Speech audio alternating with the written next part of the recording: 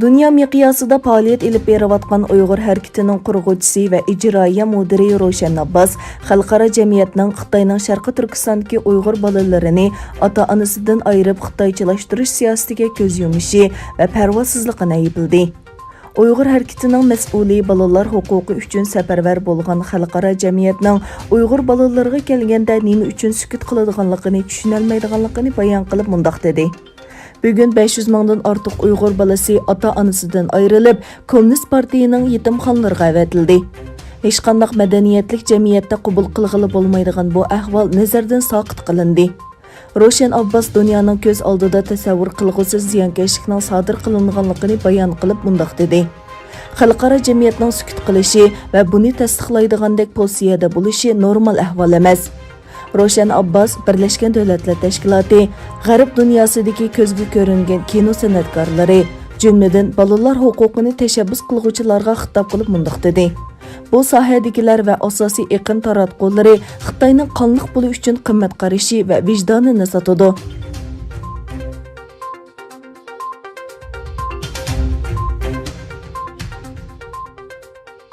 Amerika Xalqaro diniy erkinlik komiteti Xalqaro diniy e'tiqod asosidagi zo'ravonlik harakatlarining qurbonlarini xotirlash kuni munosabati bilan bayonot e'lon qilib, Uyg'urlarga diniy ziyonkashlik qilguvchilarni javobgarlikka tortishni talab qildi.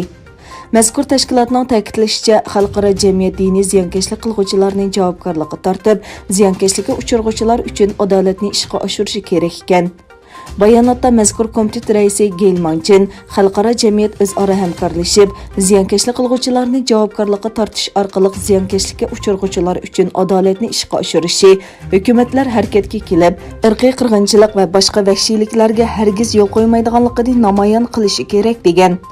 Bayonotda yana diniy to'plarga qaratilgan hujumning, bu Daishning Iroqdagi yazidlar, xristianlarga qaratilgan irqiy qirg'inchiligi, Xitoydagi Uyg'urlarga qaratilgan xo'rlash, Birmadagi Rohingya musulmonlarga va xristianlarga qaratilgan keng ko'lamli vahshiyliklarni o'z ichiga oladiganligini bildirgan.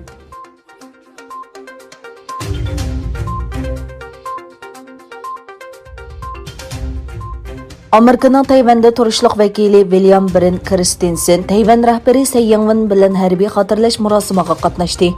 Tayvandagi Amerika institutining mudiri Christensen Tayvan prezidenti Tsai Ing-wen bilan 1958-yili Xitoy cho'ng quruqligiga yaqin Jinmin orolida Xitoyning bomba hujumida hayotidan ayrilgan askarlar uchun o'tkazilgan xotirlash murosimiga qatnashdi. Bu Washington bilan Beijing o'rtasidagi ziddiyatni texnik kuchaytiradi deb qaralmoqda.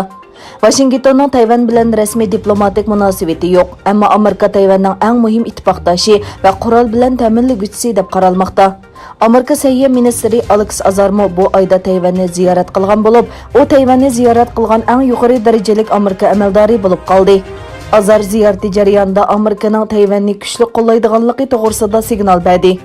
Xitoy Azarning Tayvan ziyoratini siyosiy ko'z-ko'z qilish deb tasvirladi.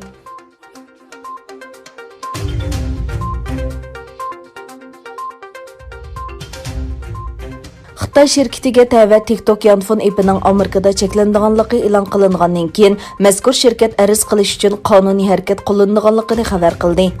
Bu shirkatning bayonotida sin yo'llash detali TikTokning mushtariylarning sonliq ma'lumotlarini Xitoy doiralariga yetkazilmaganligi ta'kidlandi.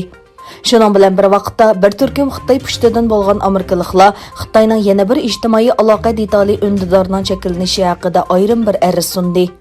Xitoy şirketlari ishlab chiqargan va ig'dorchilik qilgan ko'chma applarning Amerikaning davlat bexatarligi, tashqi siyosati va iqtisodiga tahdid solganligini o'tirib qo'ygan Tramp hukumatı ularning shaxsiy uchurlarni to'playdiganligini va uni shirkatlarga qarachoplash va josuslik qilishga ishlatadiganligini ilgari surdi.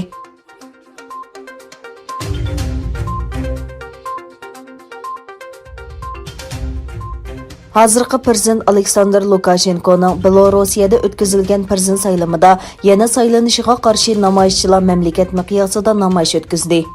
Poytaxt Minsk va boshqa shaharlarda minglagan namoyishchilar ijtimoiy taratqular orqali qilingan chaqiriq asosan maydonga yig'ildi. 8 ayının 9 günü saylam ötközülgəndən bu yan hər günü namayiş qılıbatqan namayişçılar paytaxt Minskning mustaqillik ko'chasini bo'ylab mengib, hökumət binası joylashgan mustaqillik maydoniga yig'ildi.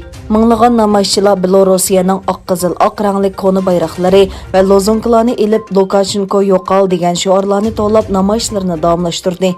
Bu jarayonda prezident Aleksandr Lukashenkoning po'lat jiritga va avtomatik miltiq bilan tik uchar aeroplanidan prezident mahkamasiga qo'ngan suratlari ijtimoiy taratqularda tarqaldi.